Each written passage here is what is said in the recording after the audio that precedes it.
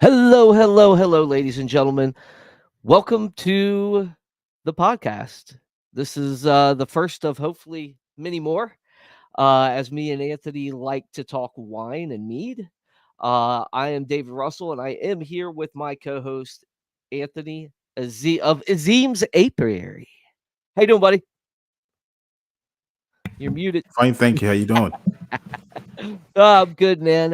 If many of you don't know, I'm David Russell from Faith Unaltered, and I told you guys we are doing a wine show today, and this is what it's about. And Anthony is a good friend of mine. Tell them where we met, Anthony. I mean, you go ahead. We met in church, inmate church, many years ago. I'm not actually quite sure, but I left Virginia. I think 2015, early 2015. So since that time, I had not actually, seen you in person until I visited just last weekend. Yeah, so it's been like many, many, many years. Yeah. But yeah, with that said, it's so funny how like such a small world, and then we have a guy that I mean, you were originally born in Ghana, right? Or Yes, I was actually born in Ghana, West Africa. I spent 24 years of my life in Ghana before migrating to the United States. wow, yeah, I remember first seeing you walk through those doors, man. Big teddy bear, Yeah, lovable guy. yeah. Had the award-winning smile. But yeah, it was great because I mean we joined a small group and we met like weekly, and we ended up coming real close and doing Bible studies and cookouts and just Correct. hanging out. Yeah, man. I mean, those were great times, man. Yes. Like always a fond memory. But when it comes to like wine, it's so funny that you were born and raised half a world away, and we come together after all these years with not only our experience with God, but with the wine, right? Like we Exactly. both have an interest in wine, and it's just like, wow, it's like, how did just to give you guys some backstory? I mean, me and Anthony, we keep in contact. I mean, we haven't seen each other in person for since 2015 until last week, but we keep in contact with each other. And come to find out, he's like talking to me, "Hey, are you making wine?" And I'm like, "Yeah, I make wine." And he's like, "Oh, I make mead." And so we started showing each other all these pictures, and yeah, it was pretty wild. So yeah, I've been doing wine now for going on, I think 2021 was my first batch. So I think you've got a Oh, year on me or two. yeah. I actually basically started experimenting somewhere 2017, but it was like really, really little batches then. And then finally, like 2020, I think, is when I started going in hard. Yeah. Nice, nice. Yeah, man, it's really cool to see, like, the progression of it. Like, I have my varietals, I had a bunch of them you saw in the opening video, and, I actually took classes. I started classes at a place called Bacchus Winery in Fredericksburg, and a link to that is gonna be in the description if you guys wanna check it out that are from the local area. I suggest you go there, check him out. He does host classes and teaches you how to make award-winning wine. I entered my first 3 wines into a national competition last year, which you see in the front here. I won actually 2 silvers and a bronze. So, my mentor, Hal Bell of Box Winery is, really good at what he does and teaches you how to make award-winning wine, so check him out. But other than that, yeah, I've been doing it since then.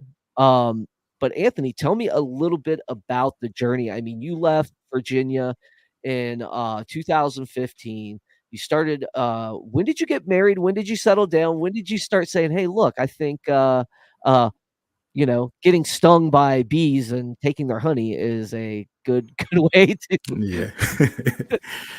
Okay, so when I moved to PA, I decided to like re-enroll in school, and then along the line, I fell off because I got involved in a vehicle accident. So for like some years, I was actually not like even working or going to school. I stayed home for like probably 2 years before I gradually like uh recovered. I needed a spinal fusion, lower back surgery, and then a right knee surgery. So after that, I re-enrolled back in college. This would be around 2017, 18. And I started to take some courses in biology. And my microbiology professor then kind of like took a liking to me. She said that she liked the way that I went about the research works that we were doing for that course. So at the end of that class, they had started this new program whereby they select students to like do research work for the school. So she picked me and three other students to like do like research on honey and mushrooms, and we were supposed to like figure out if like any of those properties they have can like inhibit the growth of bacteria. And we had to like bring in different types of honey, like honey that was made from the nectar of like an orange tree, like different types of them. So after we went through all those experiments, we figured out that Manuka honey actually did better than the others. So that actually kind of like ignited some kind of you know joy in me to like look into honey. And as I was doing that, discovering that even though there is honey, honey can be made from like wild plants, specific plants and stuff like that. So that also contributes to the flavor that you get. So that was like kind of exciting to me. And then I branched off to like figure out if there are like varieties of like bees as well. And I was shocked. We have Caucasians, Italians, Russians, and on and on. So with that, I decided to go to a different school that offered like what is it called? Bee biology and beekeeping. So I did that and then went into beekeeping around 2017, 18. And gradually I started to keep my own bees. And after my first harvest, I could not sell all the honey that I had harvested and was wondering what I could do. So I went online to like, you know, investigate. And I discovered that there is a wine called mead that is made from honey. And I was like, wow, I didn't know that. I'll give it a shot. So I bought a book that was dedicated to like meat making, and I read the book from front to uh, the other Front end. to back, yeah. And I made my first batch then, and I gave those out to like people, and everybody said it was good. And once someone tells me that I've done something good, that actually kind of like pushes me a little Motivates bit. you, yeah. Yeah, yeah. So when I heard that, I'm like, oh my gosh, I'm gonna make it again. So I made another batch, but this time around, I did not make like 1 gallon. I went ahead and I made 5 gallons, and that one also came out really good. So when that happened, I decided to like buy different fruits, uh, different plants, just to like try my hands on. And each time that I did it, it came out like really good. So at some point, I told myself that I cannot keep making wine and just like giving it away. So I decided to like look into getting a permit to like start like a limited winery. And in 2001, Pennsylvania actually gave me the permit to make and sell wine. But before then, in 2020, I got married. And There you go. one of the thing is that when it comes to like wine or alcohol, I was brought up in like a home whereby none of that was like encouraged in any way. The only person that I ever saw like drink like a beer or like say scotch was my grandfather. That's about it. It's like everybody else, hey, it was a big no. Yeah, So until you it's started funny hanging that, out. So until you started hanging out with yeah, I us, think it and was then you guys though. I definitely think that it was you guys. Yeah. And I was surprised though. I said to myself that day, I'm like, I can't believe that church folks would drink wine and smoke cigars, and silly. You know, it's so funny though because like if you go all the way back in time, like I mean, wine and mead, I think mead's probably been around longer than wine. I mean, no one knows exactly, how man discovered it, right? So, like, yes. probably some dude walking, hiding under the tree after a long day, and it rained a little while before, and some honey got on the ground from the hive up top, and he scooped it up, drank some, was like, "Hey, this tastes good." Oh, wait, I feel pretty good too. I feel So, tipsy. but like, yeah, but it's so funny because the Jews used it on Sabbath. They used it, and they called it the drink of secrets.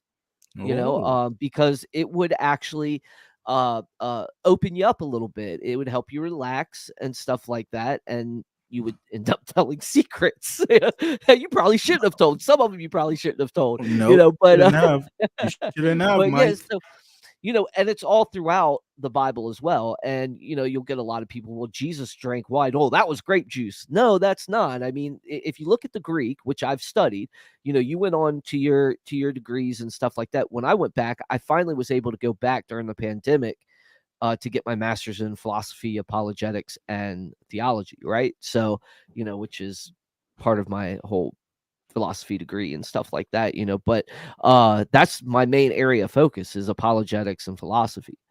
And with apologetics you have to do the historical research, and it behooves you, especially if you're going to get on and debate people, right, to know the original language of the Bible, which is, for me, it's a way of life, right?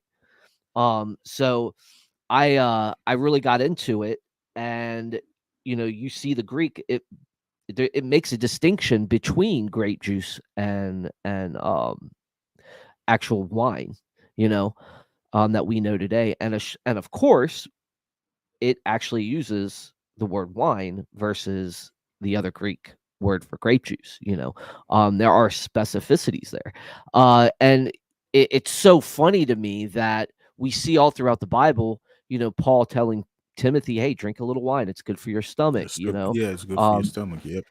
and now granted their wine probably wasn't as strong as ours and they diluted a lot, and then they added some weird stuff. I don't know if you've ever seen like some of the Greeks, they add some weird stuff to their wine. They're added some weird stuff to their wine post fermentation, post after it was already done, and they had a lot of weird theories with it. But yeah, with that said, you know, I just didn't understand why, like, we've got such an some groups, some fundamentalist groups, maybe should I say, have a disposition that is like almost to the point of hatred for wine, when it should be a drink that brings us together and helps us, digest food and pair food with it. It's an amazing drink. Yes. In Ghana, I actually heard my church folks actually say that even though the Bible says that drink but do not get drunk, Right. how can you know you are getting drunk, and where is the line where you stop? So to like avoid getting drunk, just don't drink it and just say, Yeah. like stay safe. Right. Yeah. So yeah, and I found out that I grew up in in a little bit before I went to Image, was a very fundamentalist type of church, right? And they would even say, "Oh, we don't think drinking is wrong. We just don't promote you getting drunk." And they abstained completely. But like for me, it's like you don't necessarily get drunk off of a few drinks. You know what I mean? So Of course. there's There you can control how much you drink. Now, yes, we shouldn't be getting fall over and messed up that way, of course, but to have your wine and enjoy it, I don't think there's any problem with that whatsoever. You're right. you know. But anyways, I want to give it to you, man. But first, I want to tell you, I want to ask this question. I have to ask this question. Uh-oh. And there's a lot of people that ask this when people working with mead. How often do you get stung? Oh, okay. I get that question a lot. I would say on average, I would say possibly twice a week. And I'll tell you this, the reason why I get stung is because I hardly put on my suit. Something that I should be doing. I hardly do that. So that is the reason why I get stung. But people that put on a suit might actually tell you they hardly get stung. Yeah. Uh, that's good. Because I've always had a fascination about keeping bees because I believe in the process that they go. I love honey. My uncle, he was a pretty big cook, and when he got older, he retired out to North Carolina and had his own bees, right? And he ended up started making mead, and then he made honey beer, and then he made brandy. So Oh. he just did it all in his backyard, and he actually had a whole trailer dedicated to it, and he made really good stuff.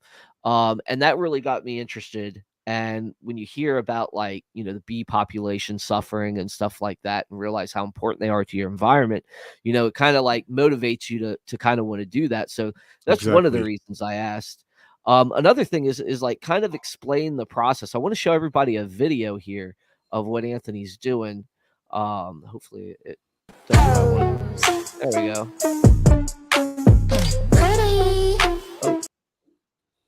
Oh, oh, there we go. Uno, dos, uno, dos, tres.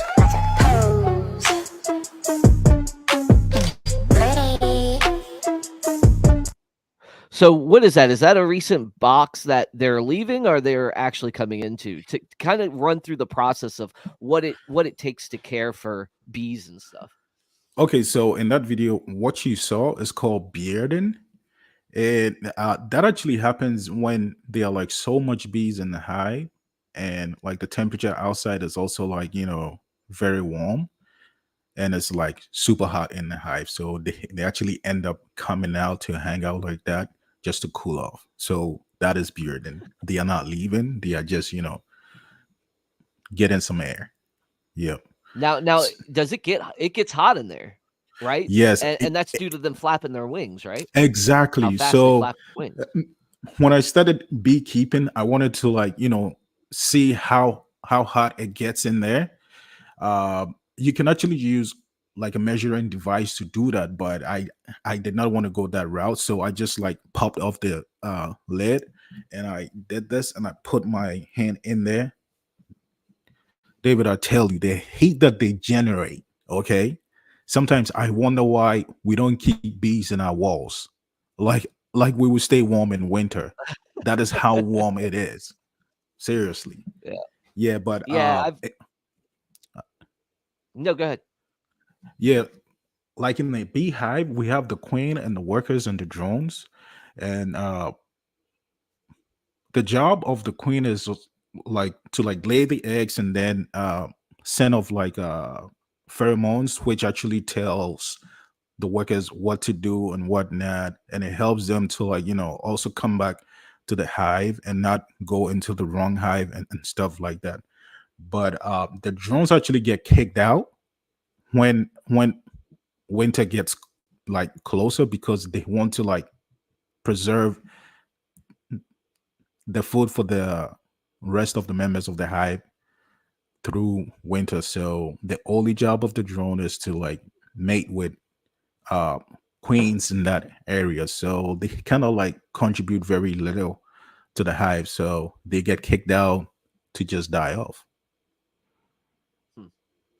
Yeah, that's I've done some research looking into that, and I just find that it's such a wild process, such wildlife that these bees live, and there's actual real dangers for them as well, right? I mean, It there's is. predators that go after them, especially with the introduction to new species that shouldn't even be in this part of the country.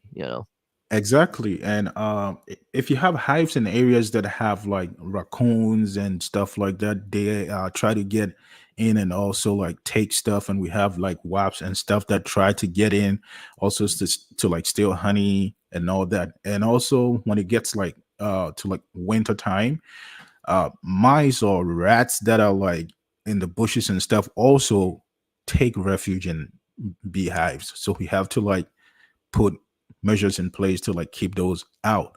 And here Wow. in Pennsylvania, we have bears. So most beekeepers in this area would put up electric fence just to like keep them away from their beehives. I remember when we first moved to this place, I had a fence, but it was not an electric fence. And I think I had 15 hives in our backyard, but in the fence. And I was at work working overnight, and my wife kept on like calling and saying that, "Oh, the bear is back, the bear is back." And it's not like the first time it's been coming, trying to like get into the fence over and over again. And then finally she's like, "Oh, the bear is in the fence. He was sitting on the fence and whatnot, and now he's in here. Oh my gosh, he is pulling the hives apart." So Oh I had man. to like tell my supervisor that I have an emergency at home and I have to go. So I leave, I get home, and then two of my hives were like scattered all around. Oh, My fence was down, and the next day I called the state warden, and they brought like a trap to like try to capture it and release it somewhere else. But the issue with that is that they would always find their way back. So from what I was told, they would take them from Pennsylvania and leave them somewhere like New York, which is like hours away, and they still would track their way back to your place because that is where the food or the honey is. So bears are something to content with. absolutely. So, I was asking you before about a wine journal. So I wanted to share mine with you. This is actually mine right here. Uh, I keep everything in here, like all my notes and stuff. But yeah, I did want to open it up to you to see if you had any other questions as well before I get in Yeah, too far into what I do. talking about the journal, when you brought it up, just like I said, I had one when I started, and I was keeping good records. And then along the line, I just kind of like, stopped writing in it. But uh, per our discussion, I think I would go back to like, taking notes and stuff like that because I wouldn't like, there's been times that I made like something really good and I did not write anything down Oh, about it. yeah. And that would be my mead. That actually came out like very good. I was not expecting that. And Mhm. I did not actually put anything down to like try to remake it. Oh, Yeah, so yep. So I mean, that's just one of the dangers of making stuff like that because I mean, you could have a season where the honey actually affects the flavor you're in right. a more negative way than it does, the year before, right? So, like, You're right. the year before, you could have a better batch than the year prior, and, yeah, I think it's a wild thing because it's a living drink, right? So, it's very interesting. Yes, just to add to what you just said, the funny thing is that bees will go to like different plants to bring in nectar to make the honey for you and whatnot. So I know like another mead maker that would like specifically on his bottles would like state what type or kind of honey was like used in making this bottle, even though it's the same classic mead or like say blueberry mead. He would specifically tell you on the bottle what kind of honey went into it. And to talk about the flavor of honey, there are some plants that would basically end up giving you like bitter honey. Like for example, in Pennsylvania, there is this plant in Pennsylvania. It's called the mountain laurel. If bees actually get their nectar from there and you harvest the honey, oh my god, you wouldn't like it at all. Mm, So that honey, you might just like use it in your kitchen for cooking or something like that, but it's actually bitter. wow. Yeah, that's interesting. So yeah, another thing with the dangers before I hand it back over to you, I want you to be able to ask me questions or anything like that. Uh, um, but moths and bacteria, that also is something that can mess with a beekeeper and a population, right? Yes, when it comes to like moth, what actually happens is that after the season ends, it comes down to how you store your honey frames. If you just like leave them in like say a shed somewhere, that is when moth actually becomes a problem because they also go in there and they eat the wax and they mess up their frames and stuff like that. So what most beekeepers do is that they would save their frames in like a freezer until the next season starts. And with like bacteria and stuff like that, naturally we have some in the honey, but it's good bacteria. But in cases where other things end up in the hive, it might even end up causing problems for the bees themselves, and they would end up, dying. And one funny thing is that if you have multiple hives and you like go into one hive and you handle things like that and you don't like clean things off like your tools and your hands and stuff like that really well, and you get into another hive, you are just like transferring whatever was in the previous hive into the hive that you're dealing with, and that hive might also die. So Mm. that's it. It's crazy. It's so crazy. All the environmental things you have to contend with, and then on top of that, you have to go ahead and make the meat as well. Yeah. It's just wild, man. It's just wild. But I've taken 30 minutes to kind of grill you and question you about, the process, and we talked a little bit of history and stuff like that. And I know you wanted to ask me some stuff. So I will open the floor to you. I want to, take as long as you want. I was gonna let our last 15 to 20 minutes together be me going through some of your wines and tasting one of your wines. So Oh, uh awesome. open the floor to you to ask me anything you want. From what I've learned, I'm still an amateur, so I still always will. I think I always will consider myself an amateur because it doesn't matter what I learn. It's there's always more to learn, right? You are right So, about that, like 100%. Yeah, I agree with you in the sense that I actually keep like discovering things like over and over again. Almost every single time that I make a new batch, I would like figure out something. I'm like, oh, all along I should have been doing it this way. Or if I had added this to it, the flavor would have been better. And one other thing that I discovered, because I try to like make my wine organic as possible. So even with the fruits and stuff, I would like make sure that I use fresh fruits and whatnot. And last year I made pineapple wine, and David, I tell you, it came out like really good, and that also sold like really fast. But this year I got some pineapples and I tried to like remake it, and the smell and taste of pineapple would just not come out. So mm, I kept on like buying more pineapples and tried to like, push it and push it, and it was not actually happening. So I understand why people end up using like artificial flavors and stuff to like enhance that. And that actually takes me to my question. Uh in your process of winemaking, uh what do you do to like sanitize your equipment and like say your grapes and whatnot, and what goes into your fermentation, if you don't mind me asking?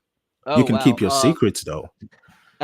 No, see, I love this because my journal also has some pretty cool stuff on it. It's got some of the major yeast strains, uh, and has an ABV chart. Um, and I learned how to do specific gravity, uh, and learned the process and the formula for that through my mentor, which I use his because it's a lot better than what I've seen in some of this other stuff. But one major strand I use is obviously EC118, right? That's kind of like a baseline. That's like your stuff from, I think, Champagne, France. I think that's where that main strain comes from, if I can remember correctly. Uh, but yeah, that, and also, man, I wish I could have it. It's I want to say R something. Oh, I can tell you. Hold on. Um, and this is really cool here, and this is probably something that you might want to consider when you do your pineapple wine. And I don't know if you did this, but you want to use with the EC118 uh R RC212. Okay, you know what? RC212. RC212 is known to bring out that fruity flavor uh um on the front of it, as the EC118, I believe, uh, uh it finishes it. So that's what I used in the recent infusion I did. It's a whiskey barrel wine. It's a cab Syrah Zinfandel, I think. And that's what I used with that. Um, was I put the RC 212 in first, and then the EC 118. Okay, So but sanitization, that is that okay, so that's the constant, right? That's the constant that my mentor just is always on you about, like, rinse, sanitize, and rinse everything. Even if it's been rinsed, rinse it again if you're unsure. Sanitize it again if you're unsure, because that can be the bane to your to everything. exactly. So Yeah, just to add to what you just said, it's funny how we have like yeast and other stuff in the environment. So that is why like rinsing and stuff like that is like it's a must, in the sense that you might end up having something else in the must that would ferment your wine for you like you want, but the outcome or the taste must might might end up not. being very unpleasant. Yeah. Right. So that is very important. And one of the questions I have is with the yeast, do you like just stick to one brand of yeast? Like say you just stick to, let's say like say like a company called Russell yeast? Do you just like stick to that, or you switch around to like experiment with others, or you just do like dry yeast, or you do liquid yeast? I have done I like actually. dry yeast Mhm. for like some time, and then gradually I switched to liquid yeast. Oh, okay. Yeah, I mean, it depends on the batches you make. Like, I've seen it done both ways. Like, when my mentor makes a big one, I seen him use the liquid yeast. Okay. And that's all that is and what he does, which is really cool, is he adds like some of the I think the juice into it. I don't want to speak for him, but because this he's like the Yoda of wine, man. He's like the Jedi Master, right? So Oh, I believe you. but I he does believe a you. lot of stuff. Yeah. But yeah, I've seen it done on like on your big scales. But for me, I only I stay, as because I'm an amateur, a lot of my stuff is kits, right? So it usually a lot of these wineries or these vineyards, they will send their grapes off to the lab to get crushed into everything, and then they kind of like look it over in a lab, and they'll actually say, okay, it probably is going to work the best with this yeast, this strain, and then that's Oh what they my add to it, gosh. and then That they is box something it I up did not for know, you. honestly. Yep, yep, and that's what the kits do. They give you pretty much lab um lab, you know, approved Okay. kits, right? So like they go and make sure that there isn't, stuff that's going to be truly detrimental to you, so you get the wine expert kits, or you get the the Ontario brand. I can't remember them off the Crew Select. That's from Ontario. They make really good stuff. So I mean, that's a lot of these different places do that, and they have different locations throughout the world in which they'll gather and do that. So it's a really cool process.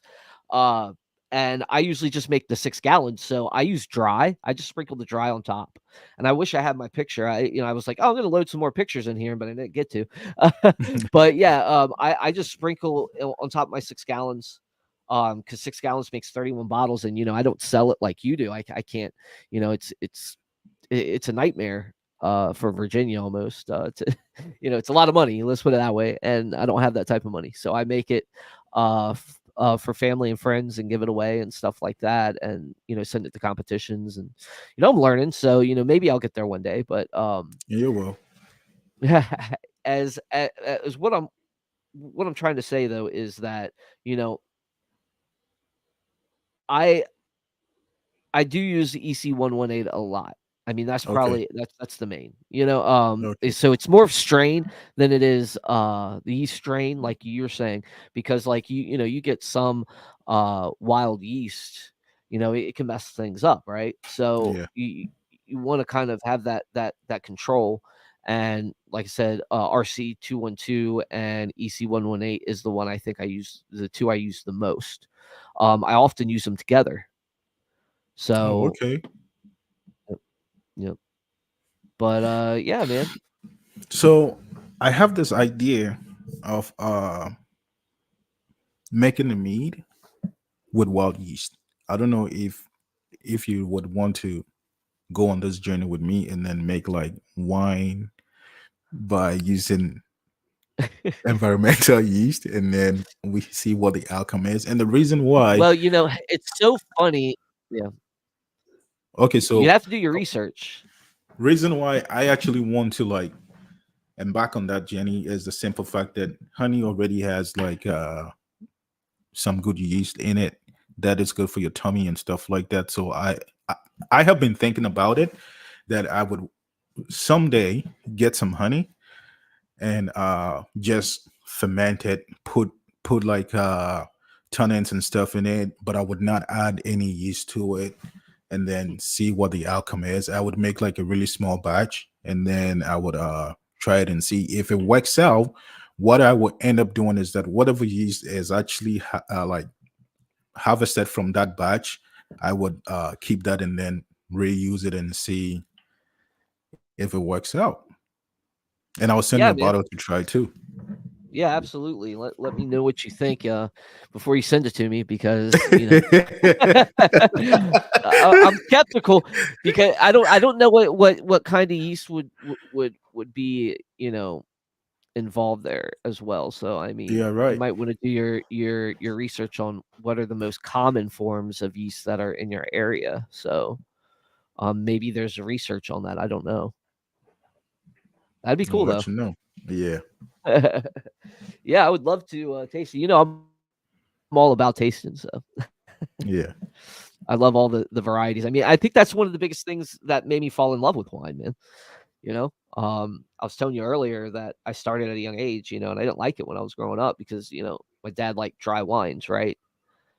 So, for me, for a kid, when you're like it, as they say, it's an acquired taste sometimes, or it's a taste that you like when you're older, the dry wines, because at first it was like, whoa, and and then 15, I was like, and then like I get to, my being 19 and 20, I'm like, this stuff's really good, and then I end up preferring the dry over the sweet, and it's just okay. weird. So Yeah.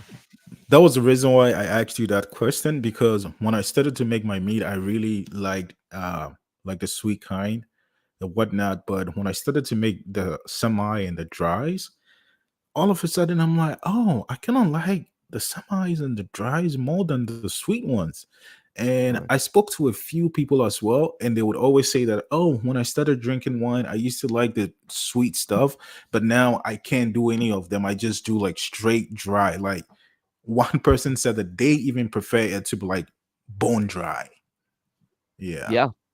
Yeah, and there's a lot when it comes to people's palates and Yes. stuff like that, but, you know, I so the where I told you, like, where I fell in love with it, right, was my family's always been cooks, right? My dad was a cook. He even judged chili cook-offs down in Georgia. He was just big into cooking, and wine was a major factor in my growing up. I think when I really started appreciating wine was one day he woke me up early. He's like, "Come on, man, we gotta go." And I was like, "What? What do we do?" He's like, "We're gonna get some stuff." And it wasn't like super early, but it was right around like lunchtime, I would say. He got me out of the house. For a teenager, that's 12 o'clock's early, and so sleeping, and you stayed up all night partying with your friends, or running the streets, Yeah. doing bad stuff you shouldn't be doing. But yeah, he ends up taking me out, and we go to this supermarket where they bake fresh French bread. And it's not, and it's a little bit bigger than a bag. It's not a loaf though, but it would be considered a baguette. But it was big, and he grabbed some all natural honey that the supermarket gets from the local areas, and gets the butter and the baguette. And we go back to the house, and he cuts it up, and he slaps the butter on it, um brings out this bottle of Merlot that's I wouldn't say it was super aged or anything. But he pours me a glass, a little bit into it, and a little bit for himself. And our thing was eating that hot bread with the butter and Oh, whatever else he added on top of it. I can't remember totally, but having that, it could have been he could have we could have had cheese with it too. I can't remember, but that with the Merlot, I was like, this is great, you oh, know. And my uncle, who was a chef, he did the same thing. He loved the wine and stuff like that. I tell you, he made meat and stuff. And I really so when I found out that my mentor was actually, which is literally like 5 minutes from me, he teaches classes, right? He teaches these classes, and he gives you a pairing. And yes, he can cook too. He gives you a pairing after every session of class. It's a 9-week class, wow. every other week, and he gives you a pairing after every one with different wines, right? Yeah, it sounds So like he's one week, generous. yep, one week we had these roasted beets that went with one of his red wines. It was phenomenal. Um, then he would do different cheeses with rosé. Like there's a goat cheese he did with rosé. I can't remember the name of it, but it was phenomenal. You know, and a kumquat with a Sauvignon Blanc. It was wild, man. So like she showed us all these pairings, and my dad always told me, and my uncle, they taught me a little bit about pairing. So when I heard that he did the pairing and, was helping us learn how to expand our palate that way, I was all for it. So when it was my turn, I did a picado with my rosé, and a black forest later down the road with a black forest cake with my dessert wine, which just totally, you know, revolutionized my thought in how desserts can go with wines as well. Mm. And I fell in love, and I dived straight in. I dived into. I wanted to know. I wanted to know what sommeliers did. I wanted to know how they developed their palate. I wanted to know. I wanted to know everything I could about wine. And you know, like I said, I'm still an amateur. When it comes to the tasting and all that stuff too. but I'm learning and I continue to learn. And everything that I try, everything that I do, I always double check with my mentor to say, "Hey, look, am I getting this right?" And I think that's the key is to always be humble Yeah, and be willing that's a to great learn. way to You learn. know, yeah. Constantly asking questions. Absolutely. Yep. So like, I even bought Wine Follies big book encyclopedia on things like that, and I have that in uh um um a digital copy of it, and I go through that, and it's got it's got like comparatives. So basically what I do is when I smell, I learned how to smell better. I think I always had good senses, but like really being able to identify the flavors that you're tasting, you have to try foods, right? So Mm. like when somebody tastes a gooseberry, I might not taste that because I've never really spent much time eating gooseberries. Okay. They're Yes. very sour, right? So So go ahead, go ahead. yeah, so you are saying that I think I gave you one of those bottles. I made like tomato wine, Yeah, it's a and right here. that tomato wine over there. Yep. Yeah, Uh when I do like tastings and people try it, there are some people that get like blown away because they are thinking that it's supposed to taste like ketchup or like tomato juice or something like that. And I'm like, no, that is not what I'm trying to make. I'm trying to make wine, not like a paste, and some also would claim that they did not get like any hint of tomatoes in the wine, and some also claim that they can smell it and taste it. So when it comes to like people's palate, it actually changes from like one person to the other. I yeah. can actually smell and taste the tomato in it, and it's actually possible that my brain is playing tricks on me because I made it and I know what went in there. But yeah, But so well, I don't think people understand also what goes into like growing your own tomatoes versus getting stuff from other places. Like you expect a tomato to taste a certain way, right? exactly. Well, I could tell you one thing, and this is by accident, Anthony. I'm dead serious. I have a garden in the backyard. I've allowed it to get grown over with blackberries because I want more blackberries out there, right? So Ooh. I'm letting those years take their course, right? And I'm trying to keep it to a minimum, but I'm trying to keep it within a squared space, right? But um uh the one year I had grape tomatoes, right? I had little grape tomatoes, little cherry tomatoes. Um, and I had both of them, the grape and the cherry, and they're, close to each other. And they didn't do that good. I got a bunch of them and they taste like tomato, right? Like what you'd expect them to taste for a salad, right? But fast forward the next year, I didn't replant them. They just sprouted up and they tasted like grapes Oh versus my gosh. they were so sweet. They were so sweet. I was just eating them off the plant. I was like, dude, I'm not waiting. I'm not even putting these in a salad. I'm just gonna pop them off because they were that good. They tasted so sweet, and I was blown away. I was like, this is nature. This is what nature could really do. Exactly. You know, Yep.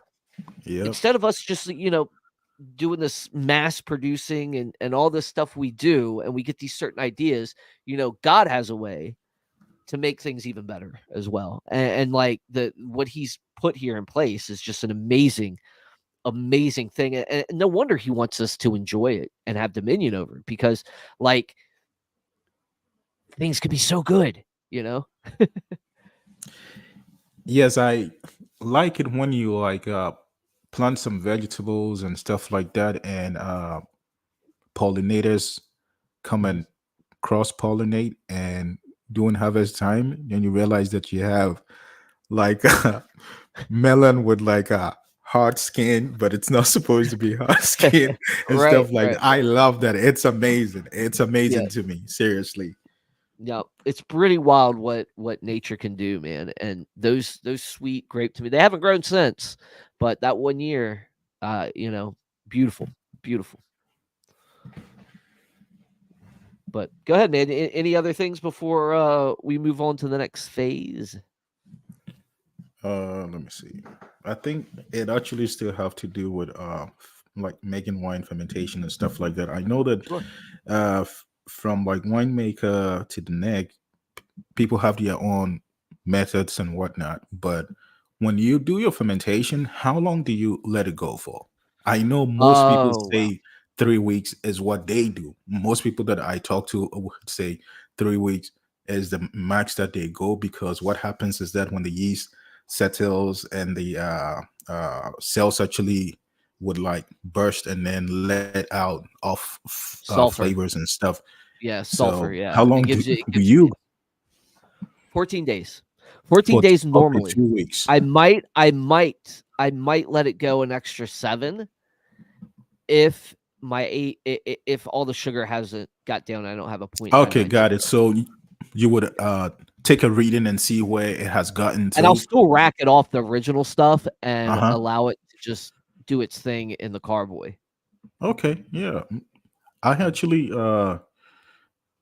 do the same thing. I have 6.5 uh cowboys that I rack my Yep. stuff into, and I just like let them sit. Okay, so wait. When you rack them into like secondary, how long Yep. after that do you rack off, or do you just like filter and then whatnot? Okay, so with these guys here, with this guy here, Uh-huh. oh no, that's the old vine, isn't it? With the silver metal. Um, that one I let sit for, I would say 7, 6, 7 months. It matured really fast. Okay. The old vines then I let sit for 8 plus months. And then I added cassis to it when I topped off, right?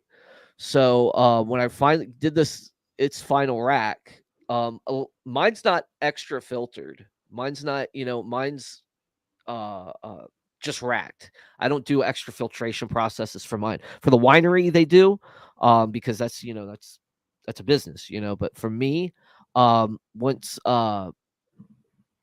once it settles and everything's done and that airlock drops is when I'll do my reds mostly, unless I'm stabilizing, right? And what stabilizing is you're basically kind of skipping the long wait and letting it age in the bottle, right? So you're adding a couple things to kind of sterilize the yeast and clear the wine, right? So you add your clearing agent and then you rack it one more time, let it set for another 2 weeks after well, yeah. So you wait 2 weeks. What I normally do is wait for 2 weeks in secondary, stabilize, which you saw me do last week. When that's what I Yes. was getting ready to do. So I racked them into a new carboy, stabilized it, then I topped it up because now there's no more carbonation, so I don't want no oxidization to happen, right? Okay, so So I'm gonna pop it in, and then in another 2 weeks, I will probably rack it again because there's still a lot of stuff in it, and then I'll bottle. okay. So if you say like top it off, I know that if you are like racking it from one vessel to the other, you would not get the same amount uh in your new container. So how do you top it off? So what I top off with is usually something that's similar to it. Okay. So with my infusion, I actually topped it off with another whiskey barrel wine, and just allowed it to sit on top, and just you know did it that way. But yeah, I do stuff that's pretty similar to what I'm going for. Like, so when I do my rosé, I do two types of rosé. Mainly, I do two types of rosé. I've done three, but I the method that my mentor taught me is my favorite, and close second is a French rosé with that blended version that I do that I won the silver with. So I top it off. I top off when I do Russell's rosé, which is the French rosé with the Sangiovese rosé on top. I top off the French with the Sangiovese. And when I do the blended, I usually add I top off with that back sweetener and stuff like that. So yeah, and it's Okay. basically it blended is a blush. It's really uh uh Pinot Grigio and Sangiovese. We call it Sangiovese Rosé, but it is a blush. All right. Uh, I can keep like asking questions over and over again. So I think Right. I'll, just chill for now. Right on, yeah, man. So um you wanna move on to the tasting? You ready for that? Yes, I'm ready. All right, so we're gonna move into the next phase, guys. I do want to kind of like just show you what Anthony has. He's got a blackberry mead um that he gave me that I'm gonna try. I'm gonna try to make videos for all these guys and send them to Anthony so he can put them on his TikTok and his Instagram and stuff like that. Be inspired orange.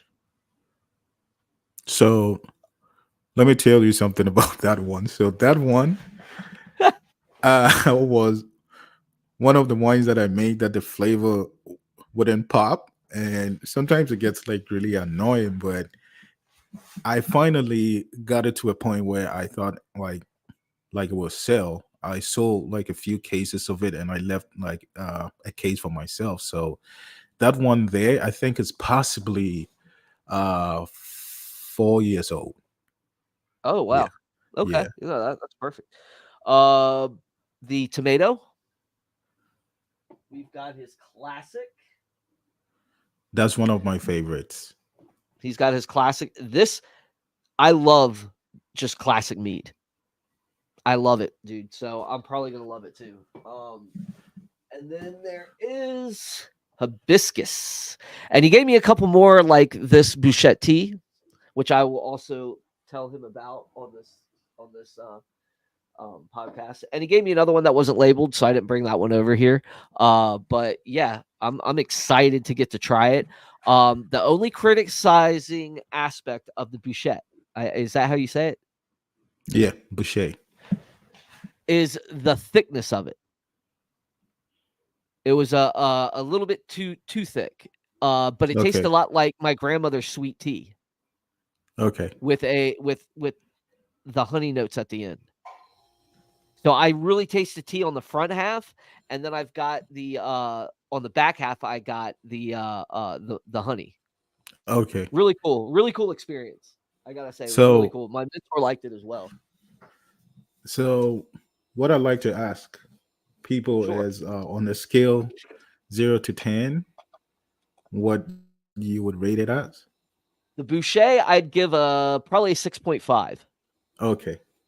All right. Um, I'm just being honest. I don't want to BS on the stuff. So with the Bouchette, that's what I'd give that one, just because of the thickness Thickness? of it. Yeah. Yeah, I'm writing your name here and what you gave my Boucher. I know what I'm not giving you for Christmas.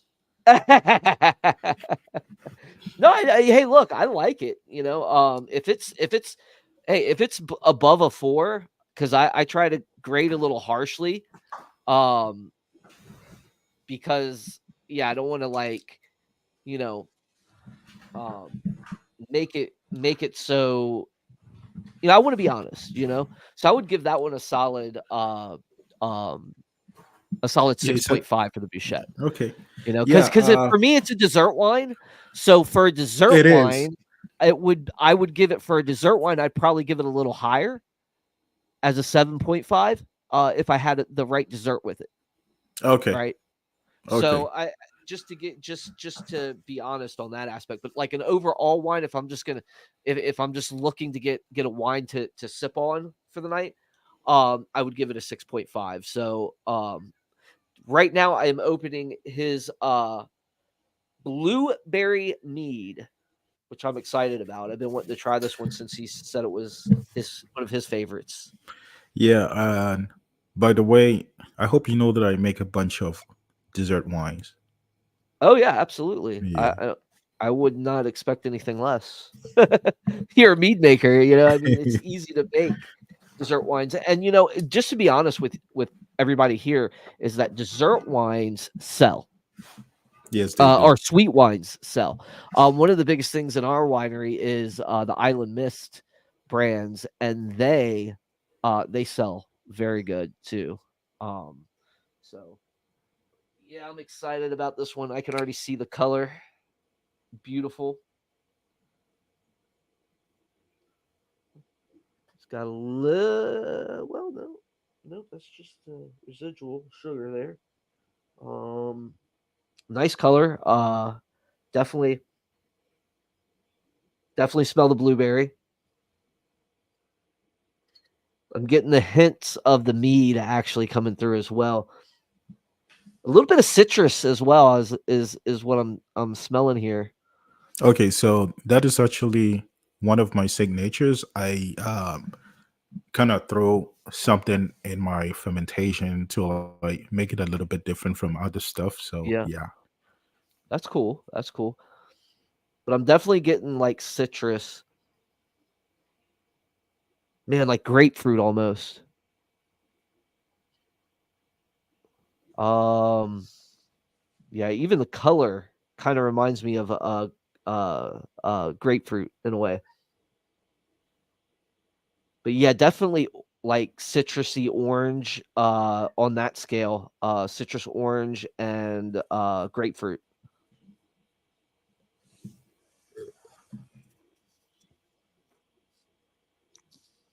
Oh, this one actually is really good. This Okay. one's When gonna you get said this one gets oh, high. This one gets a high rating. when you said oh, I was like, is it a good O or a bad O? I'm almost tasting a quick carbonation that's touching my tongue first. Um, then I get that kind of, how old is it? Is this one older too? It's O, yeah. Okay, I'm getting the hard candy uh Okay. first hit. Um, Not really citrusy like it smelled. Um, wow, that's this is actually really good.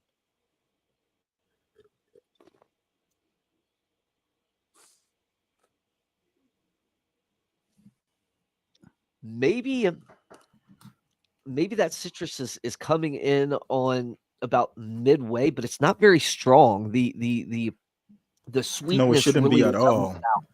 it really levels it out.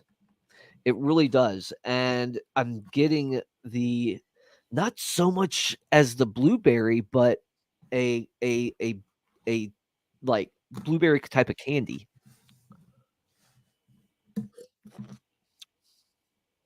Bravo, sir. This one's really, really Thank you good. very much.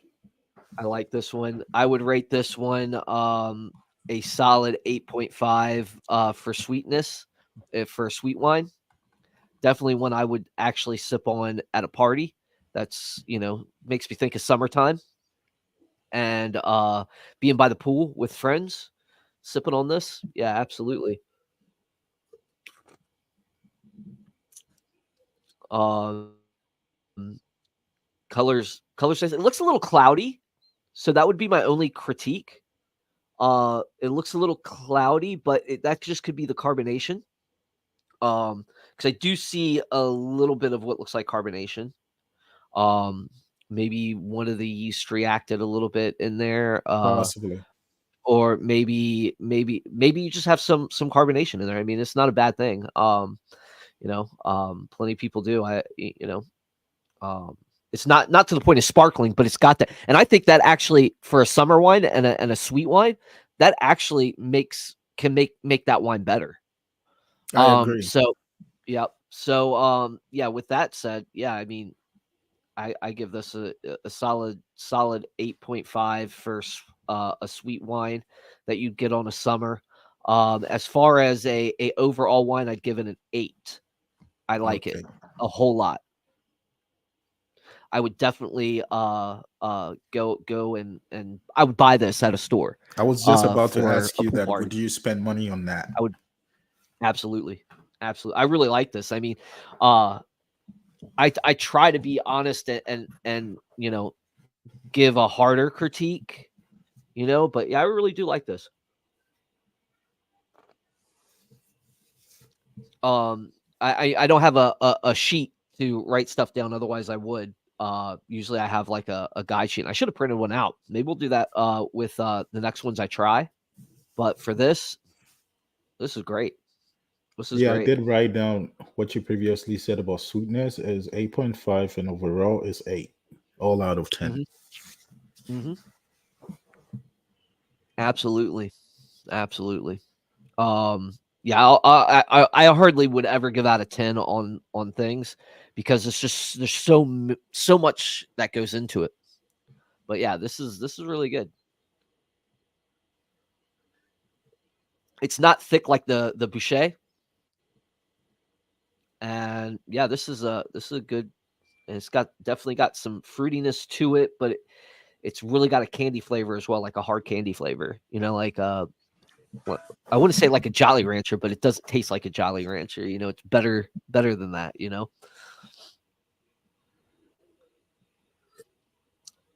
But yeah, I enjoy it, man. Good, Congratulations. That's good. really Thank you. good. I Thank you can't wait very to try the much. rest. Can't wait to try the rest there.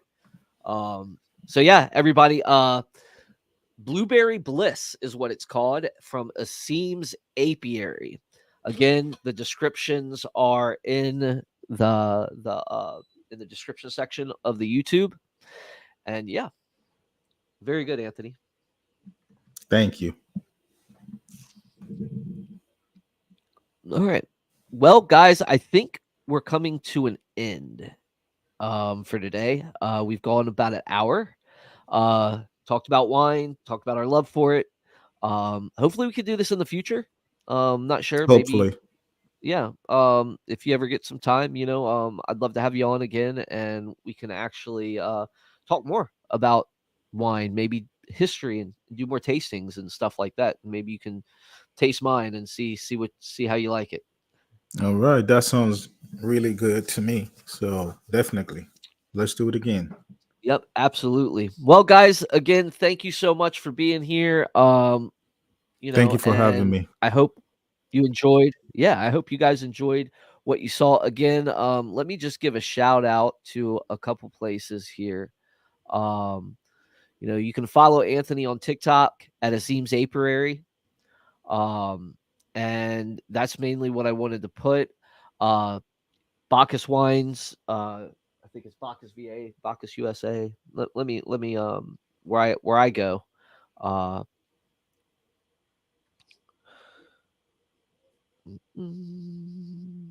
yep, Bacchus US or BacchusVA.com.